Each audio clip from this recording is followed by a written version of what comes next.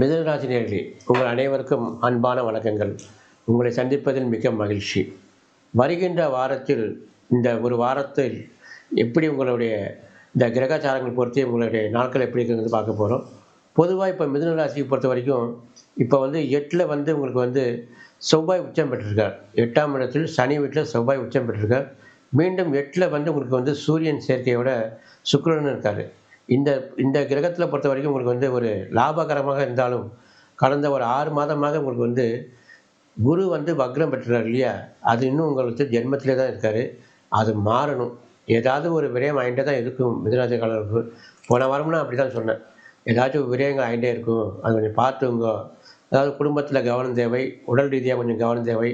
அதேமாரி குழந்தைகள் சம்மந்தப்பட்ட எல்லா இடத்துலயும் கொஞ்சம் கவனம் தேவை. காரணம் வந்து உங்களுக்கு வந்து ஜென்மத்தில குரு வக்கரம் ஆயிட்டார். 2ஆம் அதிபதி குரு வக்கரமா இருக்காரு. அதனால நீங்க வந்து என்ன பண்ணீங்கன்னா, இந்த வக்கர நிவர்த்தி ஆற வரைக்கும் கொஞ்சம் எல்லாரும் கொஞ்சம் ஜாக்கிரதையா இருக்கணும் எல்லா இடத்துக்கும். பொதுவா உங்களுக்கு வந்து இப்போ 9ல வந்து உங்களுக்கு வந்து 4 கிரகம் கூட்டு கிரகமா இருக்கு. பாக்கியாசனத்தில. அது ஒரு தனி பலமா இருந்தாலும், இப்போதைக்கு உங்களுக்கு வந்து இந்த வாரம் பொறுத்தவரைக்கும் உங்களுக்கு வந்து ஜென்மத்திலிருந்து குரு மாறணும்.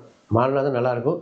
இருந்தாலும் 8ஆம் இடத்தில் சனி வீட்டில் செவ்வாய் உச்சம் பெற்றதனால், நீங்கள் இந்த வாரத்தில் பொறுத்தவரைக்கும், வாரத்தின் முதல் 2 நாட்கள், 3 நாட்கள் உங்களுக்கு அது சாதகமா இருக்கும். இந்த வாரம் பொறுத்தவரைக்கும் மிதுன ராசிக்கு சந்திராஷ்டமம் எதுவுமே கிடையாது. அதனால வருகின்ற வாரங்களில் நீங்கள் வந்து திங்கள், செவ்வாய், புதன் ஆகிய நாட்கள் உங்களுக்கு சிறப்பா இருக்கும். அந்த நாட்களில் நீங்க ஏதாச்சும் புதுசா ஒரு தொழில் பண்ணணும்னாலும் இறங்கி இந்த வாரத்தில நீங்க வந்து சுமூகமா இது பண்ணிக்கலாம். வரும் வாரங்களில் உங்களுக்கு எப்படி இருக்குன்னு பார்ப்போம். அதுவரைக்கும் நன்றி கூறி விடைபெறுகிறோம். நன்றி, வணக்கம்.